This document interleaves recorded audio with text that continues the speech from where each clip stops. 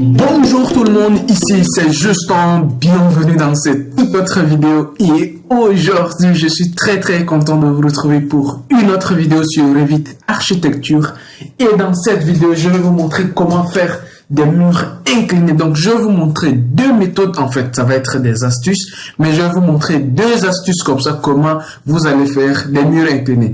Bien que c'est pas vraiment tout ce qu'il faut savoir sur les murs inclinés dans Revit, mais je pense que ces deux astuces vont vous aider dans certains cas pour faire des murs inclinés. Ça va être également l'occasion pour moi de vous montrer en fait des modélisations par volume. Donc voilà, les deux méthodes reposent essentiellement sur la modélisation par volume in situ. Voilà, donc bienvenue dans cette vidéo et on va tout de suite commencer. Mais avant de commencer, je vous invite à vous abonner à ma chaîne YouTube si vous n'êtes pas encore abonné. Si vous êtes déjà abonné, merci beaucoup. Et si vous n'êtes pas encore abonné, merci par avance également. Et pour aller plus loin avec le logiciel Revit Architecture, j'ai préparé pour vous le livre Revit Architecture que j'ai écrit moi-même. Ce livre se trouve dans la description de cette vidéo YouTube. Donc, c'est gratuit en plus. Donc, allez-y juste cliquez sur le lien que j'ai mis dans la description de cette vidéo YouTube. Comme ça, vous allez pouvoir télécharger gratuitement le livre Revit Architecture. Donc, voilà, on va commencer tout de suite. Donc, pour commencer, je vais tout de suite dessiner un mur de base. Donc, je vais dessiner un mur de base. C'est un exemple. Donc, vous voyez que je dessine un mur de base quand même qui est assez, qui n'est pas incliné. Vous voyez ce que je veux dire. Maintenant, je vais passer en 3D. Vous allez voir. Donc, je passe en 3D. Peut-être le mur, il est très long. Je vais réduire ça. Peut-être comme ça. Voilà. Il est très long. Je vais réduire le mur comme ça. Donc, je suppose maintenant, en fait, de ces murs-là, vous allez voir que il y a un autre mur, donc je vais faire deux murs. Donc je viens de faire ces murs, donc je clique sur le mur, je fais bouton droit et je fais copier à l'identique. Donc ça dit que j'active directement la dernière commande, comme dans AutoCAD quoi. Vous voyez ce que je veux dire. Donc comme ça vous allez comprendre un peu ce que je vais faire. J'ai deux murs, donc j'ai ce premier mur et ce premier mur. Je peux faire en sorte que les deux murs soient inclinés, mais dans ces cas, tout ce que je vais faire en sorte que ces murs soient inclinés par rapport à ça. Donc, vous allez voir que ces murs, voilà, sur ce plan de construction, donc ça c'est des mises à jour de Dell. J'utilise Dell, donc ça ce sont juste des mises à jour. Je referme ça, voilà, donc je suppose, ce que je veux faire, je veux que ces murs qui soient là, soient inclinés comme ça. Donc, soit penchés sur le côté gauche. Vous voyez. Donc, voilà, c'est peut-être ce que je vais faire. Donc, vous allez voir que c'est très simple. On va aller vite fait. Donc, je vais supprimer ça. C'est ces murs que je vais l'incliner. Donc, vous voyez que si vous venez ici, en fait, vous avez les propriétés de ces murs. Voilà. Donc, ça, c'est, en fait, ça, c'est les propriétés, quoi. Voilà. Ça, c'est les propriétés du mur. Donc, à chaque fois que vous sélectionnez un élément, vous venez ici dans ces propriétés. Mais je vais supprimer. Donc, je supprime ces murs. Et je vais passer par la modélisation in situ pour faire la première méthode, en fait. C'est que la première manière de faire. En fait, cette première manière repose sur des murs par face, en fait. Vous allez faire ces murs par face. Mais pour faire un mur par face dans Revit, il faut absolument déjà avoir, en fait, la moule. Donc, la moule sur laquelle vous allez cliquer pour créer ces murs par face. En fait, vous allez voir qu'après, si on va un peu plus loin, vous allez vous rendre compte que ces murs par face, on peut leur donner n'importe quelle allure. Que ce soit une allure, je sais pas, sinusoïdale, verticale, ou bien je sais pas. Mais voilà, on peut donner n'importe quelle allure. Mais ici, nous allons juste donner une allure en pente ou en biais, comme vous pouvez le prendre. Voilà. Donc, je vais venir tout de suite ici dans volume in situ. Donc, ce que je vais faire, je vais d'abord créer volume in situ. Donc, je vais fermer ça et vous donner un nom. Donc, je vais faire mur en pente, comme ça. Mur en pente. Je vais faire OK. Donc, là, je suis dans la modélisation. Ce que je vais faire, je vais choisir un plan de construction. Donc, le plan de construction, ça va être ce plan-ci. Donc, je clique sur le plan de construction. Et après, je me mets à dessiner. Donc, je peux dessiner comme ça, un mur. Donc, ça, c'est le plan de construction. Hein. Donc, tout ce que je vais faire va être parallèle à ça. vous voyez ce que je veux dire? Tout ce que je vais faire va être parallèle à ça. Donc, bon, je vais annuler, je vais mettre carrément de façon, je vais mettre, voilà, comme ceci. Donc, je mets carrément, voilà, en projection frontale. Donc, je mets à l'arrière en projection frontale. Ça va être beaucoup plus simple vu que, déjà, donc, voilà, c'est ici votre pente. Vous voyez ce que je veux dire? Donc, ça, c'est votre pente et je me mets ici. Ça, c'est juste pour vous montrer. Voilà, donc, notre mur va faire ça. Et une fois que j'ai fini, je sélectionne. Donc, je vais sélectionner ça. Et je vais créer ici forme solide. Et je valide, tout simplement. En fait, ce qui se passe, j'ai validé, mais c'est pas tout à fait ça. On peut revenir et faire modifier in situ. Donc, ça, c'est pas très compliqué. Donc, je vais repasser, par exemple, sur une autre vue comme ça. Donc, vous allez voir, je me mets là. Donc, voici le volume que je viens de créer. En fait, j'ai créé juste quelque chose comme ça, qui fait une pente, mais en réalité, en fait, tout ce qui m'intéresse ici, c'est d'avoir une face. Vous voyez ce que je veux dire? C'est d'avoir une face comme ça. Donc, je peux finir le volume.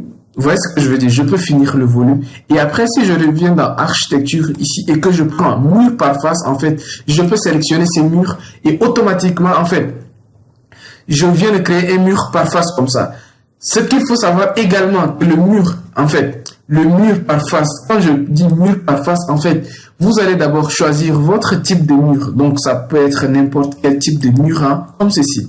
Donc, je peux effacer ces murs. Donc, je supprime et je peux choisir, en fait, quand je dis mur par face, je sélectionne toujours le type, en fait, des murs. Si je veux que ça soit le même type ici, donc c'est la même chose. Vous voyez que ces murs-là, je peux changer son type. Vous voyez, je peux changer le type de ces murs-là. Donc, mur par face, je peux prendre ce même type de mur que j'ai pris pour l'autre pour dire que voilà, ça va être cette face. C'est pas compliqué. Donc, ça c'est le plus, peut-être le plus dur, mais le plus, ce qui reste, c'est pas du tout compliqué. Vous voyez ce que je veux dire? Donc, ce que je disais tout à l'heure, en fait, c'est que le volume in situ nous permet juste d'avoir une moule, en fait, d'avoir voilà, le volume par face, ce que vous devez comprendre également. Je ferai beaucoup de tutos sur tout ce qui est concept, volume conceptuel. Mais là, on n'est pas sur volume conceptuel à fond, mais vous comprenez déjà ce que je veux faire. En fait, je peux désactiver le volume ici, vous voyez, et je me retrouve juste avec mes deux murs que je fais la jonction après. Vous voyez ce que je veux dire? Je peux afficher le volume, ou bien je peux, c'est juste une moule en fait, le volume conceptuel. Les volumes génériques, quoi. Bon, le modèle conceptuel, en fait. Donc, ce que je vais faire après, ça va être simple, c'est de sélectionner juste mes deux murs. Donc, ça va être essentiellement les deux murs que j'ai déjà fait. Et je vais tout simplement les sélectionner. Oups là, voilà. Donc, j'étais là. Je vais juste sélectionner ces murs. Donc, ces murs, je vais prendre, je vais juste attacher, quoi. Donc, je vais attacher ces murs à ces murs. Donc, je vais attacher les deux murs, bien que ça ne soit pas exactement comme ça, mais nous allons toujours revenir. Donc, Revit donne vraiment cette possibilité. Donc, je vais me mettre sur la face. Je vais me mettre sur la face arrière, comme ça. Et vous allez voir que je peux modifier le profil, en fait. C'est le profil. Donc, si je valide comme ça, ce que j'avais fait, vous prenez un mur. Si vous cliquez deux fois sur le mur, en fait, vous modifiez le profil de votre mur. Ou bien, vous cliquez sur le mur et vous venez directement, vous dites modifier le profil du mur. Donc, dès que je vais modifier le profil de ces murs, en fait, ce que je vais faire, ça va être très simple. Je prends ça, je vais amener ça jusqu'ici et après, voilà. Il me dit que les contraintes ne sont pas satisfaites. C'est pas grave parce que, il dit ça parce que vous ne pouvez pas avoir un mur, en fait, un profil de votre mur ouvert comme ça. En fait, ces genres de murs n'existent pas, donc il faut absolument fermer. Donc, nous on dit que, ok, on comprend, on supprime les contraintes, mais nous on sait ce qu'on va faire. On va tout simplement ajuster, prolonger ici. Donc voilà, et je referme et je valide comme ça. Donc je viens d'avoir comme ça, si je passe en 3D, bon, je suis déjà en 3D, hein. Donc, vous voyez, si je suis en 3D, ça s'affiche ici. Si je suis en plan, je suis là. Donc, voilà, je suis déjà en 3D. Et voilà, j'ai une jonction parfaite comme ça. Donc, les murs, les briques rouges, quand même, je n'aime pas trop. Je vais mettre des murs. Voilà, simple comme ça. Voilà. Oups là, qu'est-ce que je viens de faire? Ah, ok, ça c'est des voiles. Donc, je vais mettre des murs. Je vais mettre... Bon, je vais revenir comme avant, c'est pas grave. C'est juste ça, c'est pas ça le but de cette vidéo en plus. Hein. Ici, c'est juste de vous montrer hein, que vous pouvez, comme ça, faire ces genres de choses. Voilà. Donc, vous pouvez, comme ça, vous créer un mur de ce genre. Ça, c'est peut-être la première méthode. Donc, ce qui peut se faire également, c'est que je peux toujours afficher. Donc, je vais toujours revenir ici dans volume in-situ. Afficher. En fait, j'affiche tout simplement le volume in-situ et je vais faire modifier. Donc, quand je modifie, en fait, je mets sur cette face. Je peux continuer comme ça à étirer la face, en fait. Ça, je tire la face en... Ça, c'est très important également de comprendre. Parce que les volumes in situ, vous pouvez étirer les arêtes comme étirer des faces. Même les points, vous pouvez les étirer. Mais bon, ce que je fais ici, je vais tout simplement étirer ça. Donc, je vais étirer ça. Et je peux me donner une longueur. Vous voyez, non? Je peux donner comme ça 3 ou 5 mètres. Voilà, je peux mettre 5 mètres comme ça. Et je valide. Vous voyez ce que je veux dire? Tout simplement. Et quand je reviens ici, en fait, je vais faire mise à jour. Donc, je vais tout simplement faire une mise à jour par rapport à la face.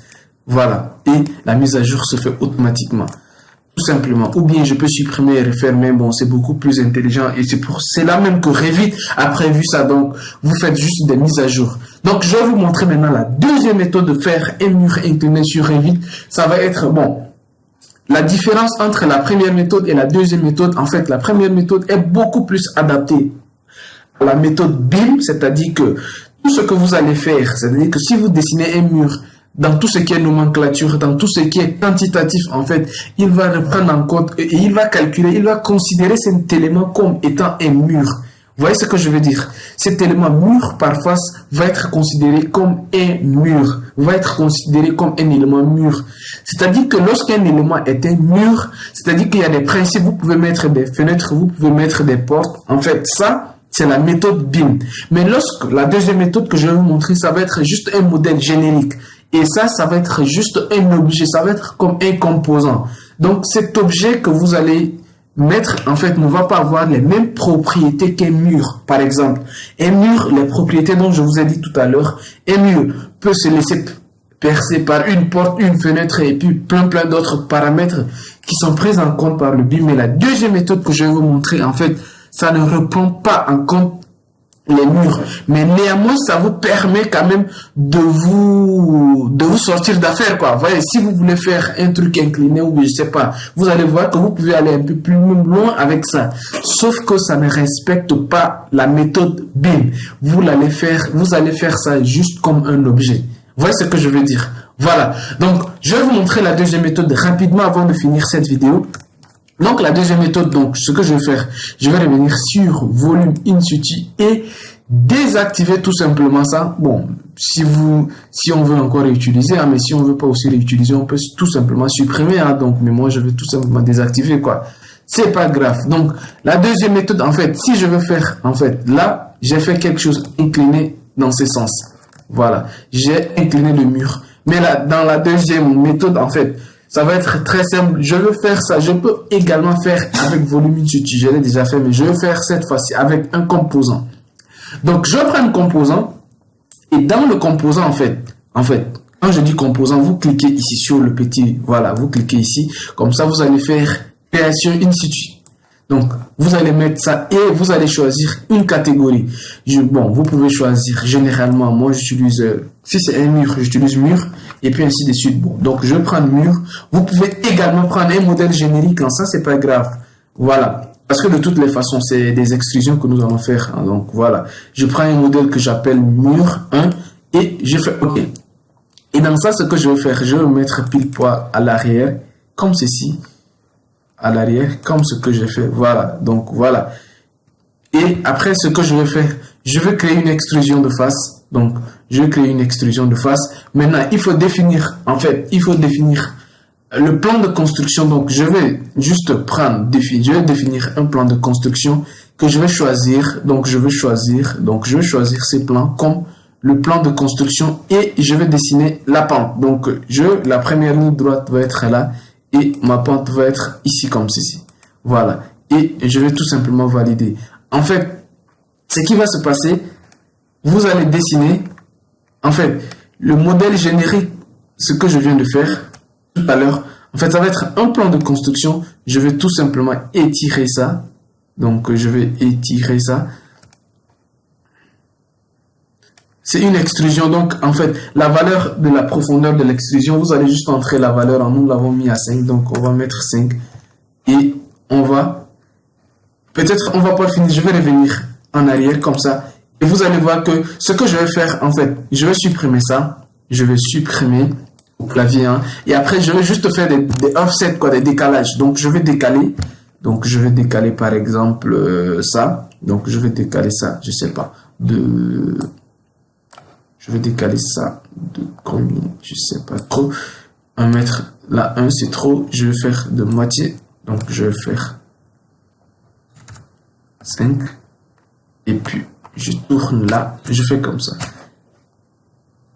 Voilà. Bref, vous avez compris. Vous avez compris. Et après, je vais tout simplement fermer. Donc, je vais m'accrocher là. Je vais fermer ici. Et je vais fermer également ici à la base. Bon. Bref, vous avez compris le principe.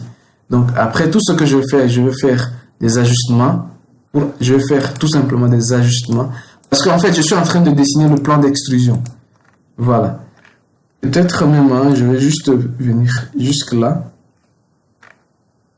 Voilà, comme ceci.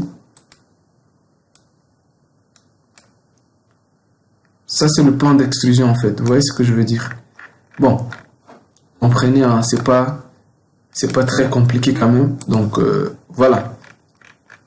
Je descends, je monte ici également.